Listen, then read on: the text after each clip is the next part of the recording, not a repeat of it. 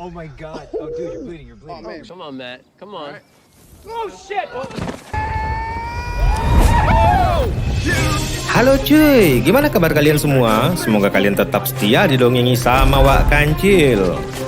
Sebuah film berjudul Chronicle tahun 2012 akan Wak Kancil rangkum untuk menemani waktu santai kalian.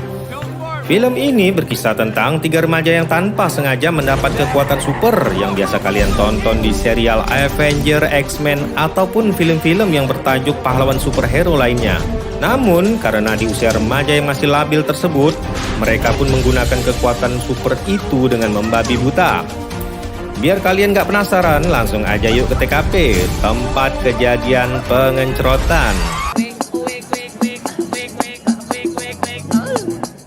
Film bermula dengan memperlihatkan seorang remaja yang bernama Andrew, yang mana ia baru saja membeli sebuah kamera dengan maksud agar ia dapat merekam segala sesuatu yang terjadi di sekitarnya. Tidak seberuntung anak-anak remaja seusianya, katakanlah seperti Gibran Rakabuming ataupun Kaisang Putra Bungsu Joko Widodo, di mana masa mudanya mereka telah memiliki karir yang cemerlang. Si Andrew, masa remajanya harus dihadapkan dengan keadaan yang sangat sulit, di mana ibunya terlihat sedang sakit keras dan ayahnya seorang pemabuk berat. Adegan kemudian beralih dengan memperlihatkan seorang remaja bernama Matt, sepupunya si Andrew. Dengan mobil kesayangannya, ia terlihat sedang menjemput Andrew. Ia adalah satu-satunya orang yang peduli dan mau berteman dengan si Andrew. No, what is Arthur Schopenhauer? Di sekolahan, Andrew sendiri sama sekali tidak memiliki teman. Bahkan ia kerap menjadi bulian teman satu sekolahnya. Tak hanya di sekolah, di rumah pun ia kerap mendapat perlakuan kasar dari sang ayah. Singkat cerita, suatu malam, Matt mengajak Andrew pergi ke sebuah pesta.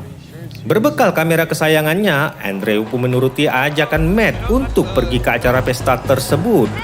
Di pesta itu, Andrew merekam segala aktivitas yang terjadi di sekitarnya. Sampai akhirnya Andrew bertemu dengan seseorang yang tidak menyukai apa yang sedang dilakukan oleh Andrew. Orang tersebut pun melakukan tindakan anarkis kepada Andrew, sama seperti halnya yang dilakukan oleh para penguasa terhadap rakyat Indonesia. Andrew pun keluar dari tempat tersebut.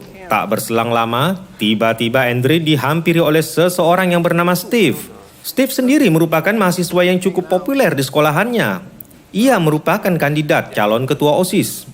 Steve kemudian meminta Andrew untuk merekam sesuatu yang ia temukan bersama Matt di sebuah hutan yang tak jauh dari tempat pesta tersebut. Mereka menemukan sebuah lubang misterius di mana lubang tersebut mengeluarkan suara aneh. Dan lebih anehnya lagi, kamera Andrew mengalami gangguan saat mendekati lubang tersebut. Hal itu tentu saja membuat mereka bertiga menjadi penasaran dan mereka pun secara bersama-sama segera memasuki lubang misterius tersebut. Di dalam lubang itu, ternyata mereka menemukan sebuah batu kristal raksasa. Di mana saat Steve mencoba menyentuhnya, batu kristal raksasa itu pun berubah warna. Seketika, hidung Steve pun mengeluarkan darah. Dan karena frekuensi dari kristal itu semakin kuat, hingga membuat kamera Andrew pun mati.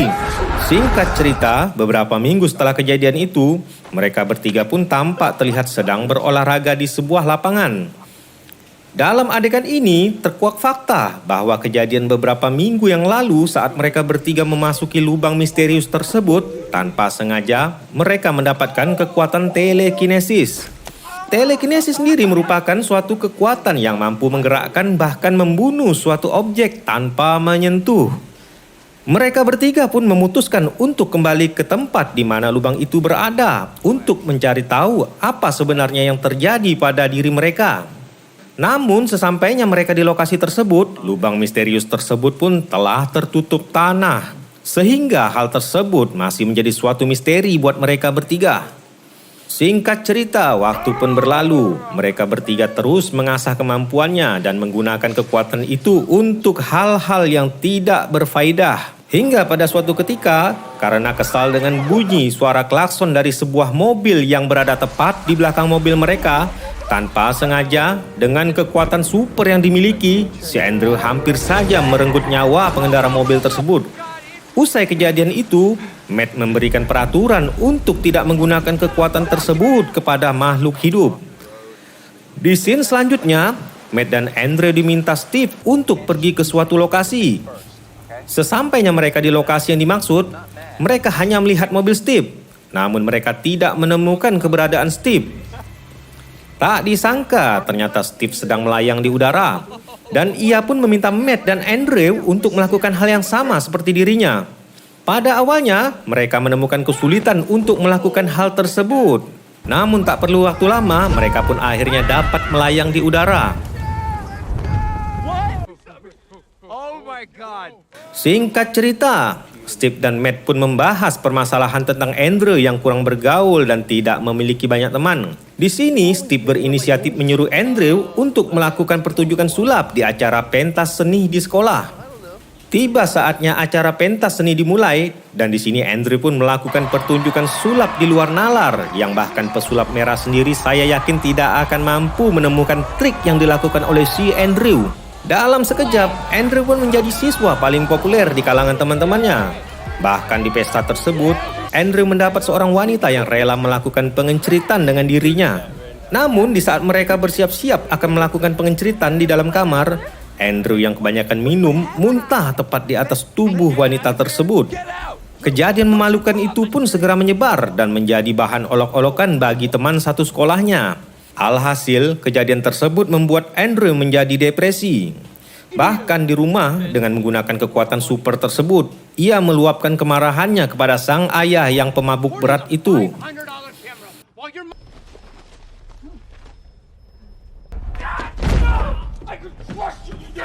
Singkat cerita, Andrew mencoba menenangkan dirinya di atas awan yang sedang mendung dan berhalilintar. Tak diduga Steve menyusulnya karena khawatir dengan keadaan Andrew. Namun bukannya berterima kasih, Andrew malah mengusirnya dan menyuruh Steve pergi dari hadapannya. Steve yang simpati terus memaksa Andrew untuk turun. Namun hal tersebut malah membuat Andrew marah. Tanpa diduga, kemarahan Andrew membuat petir menyambar ke tubuh Steve yang membuatnya tewas saat itu juga. Singkat cerita, tanpa menunggu hasil otopsi dari pihak kepolisian, keesokan harinya Steve pun dikebumikan. Setelah pemakaman selesai, Matt menanyakan kepada Andrew tentang kejadian yang sebenarnya. Namun, Andrew malah terlihat menghindar dan pergi dari hadapan Matt. Setelah kejadian itu, Andrew pun berubah menjadi sosok temperamen tak ubahnya seorang psikopat. Berbekal kekuatan super, di sekolah Andrew dengan brutal menghajar orang-orang yang dulu pernah membuli dirinya. Sejak saat itu, Andrew menjadi lebih kuat dari sebelumnya. Di scene selanjutnya, terlihat kondisi ibu Andrew yang semakin parah dengan penyakitnya karena tidak mendapat asupan obat. Ditambah lagi perilaku sang ayah yang tidak bertanggung jawab atas pengobatan istrinya tersebut. Singkat cerita, Andrew pun mengambil jalan pintas untuk mencari uang guna membiayai pengobatan sang ibu. Berbekal kekuatan super yang ia miliki, Andrew pun mulai beraksi di jalanan dan mengumpulkan uang dari korbannya satu persatu. Dirasa uang yang didapat masih kurang, Andrew pun pergi ke Alfamart terdekat dan merampok semua uang yang ada di sana. Si penjaga pun tidak tinggal diam. Ia mengambil sepucuk senjata dan menembakkan ke arah Andrew. Namun, Andrew menangkis tembakan tersebut yang membuat peluru dari senapan itu mengenai pom bensin yang ada di sana. Seketika itu, ledakan dahsyat pun terjadi yang membuat Andrew harus dirawat di rumah sakit. Saat dirawat di rumah sakit, dalam kondisi tak sadarkan diri, sang ayah pun datang. Kedatangannya tersebut bukan untuk bersimpati atas keadaan yang dialami Andrew saat ini. Sang ayah justru tampak memarahi dan menyalahkan Andrew atas kematian istrinya yang terlambat diberi obat. Si ayah yang emosi kemudian teriak-teriak di depan Andrew yang sedang terbaring koma. Tak disangka Andrew pun sadar dari komanya tersebut dan tiba-tiba... Sementara itu, Matt dan pacarnya yang sedang dalam perjalanan untuk menjenguk Andrew dikejutkan dengan ledakan dahsyat di rumah sakit tempat Andrew dirawat. Samar-samar ia dikejutkan oleh sosok Andrew yang sedang melayang di atas dengan memegang ayahnya. Andrew yang telah menjadi sosok psikopat pun tanpa ragu-ragu melempar sang ayah dari ketinggian tersebut. Beruntung Matt masih sempat menyelamatkan ayah si Andrew. Kemudian Matt mengajak pacarnya pergi dari tempat tersebut. Di perjalanan, tanpa diduga, mobil yang mereka tumpangi itu pun tampak terangkat dan terbang melayang ke udara. Sementara di atas sana, terlihat Andrew yang sudah menunggu mereka. Mobil tersebut pun dihempaskan. Beruntung pacar Matt dapat diselamatkan. Matt pun menghampiri Andrew dan memintanya untuk menghentikan semua ini. Namun Andrew yang sudah dikuasai oleh amarah tidak mempedulikan kata-kata Matt. Dan terjadilah pertarungan sengit antara dua sosok berkekuatan super tersebut. Bahkan para polisi dan skuad Sambo pun tidak mampu menghadapi kekuatan super yang dimiliki oleh Andrew. Singkat cerita, kota itu pun semakin dibuat hancur oleh kekuatan yang dimiliki oleh Andrew. Matt yang melihat hal tersebut pun tidak tinggal diam. Lalu dengan tombak yang ada di tangan sebuah patung, Matt terpaksa membunuh Andrew tanpa menyentuh. Usai menghentikan kebrutalan Andrew, Matt pun segera terbang meninggalkan tempat tersebut. Singkat cerita, waktu pun berlalu. Setelah kejadian itu, terlihat Matt yang sedang terbang melewati samudra, lembah dan benua hingga sampailah ia di pegunungan Himalaya, suatu tempat yang sangat ingin dikunjungi oleh Andrew. Dan kedatangannya di puncak gunung Himalaya tersebut semata-mata ia lakukan sebagai bentuk dedikasinya kepada Andrew. Dan film pun tamat cuy. Pesan moral yang dapat kita ambil dari film ini adalah berbuat baiklah kepada setiap orang, karena dengan perbuatan baik, engkau telah menyempurnakan dirimu sebagai seorang manusia. Sekian saya Babi dari Wak Kancil Channel, mohon undur diri sejenak. Aloha, baju kutub Raja Fir'aun.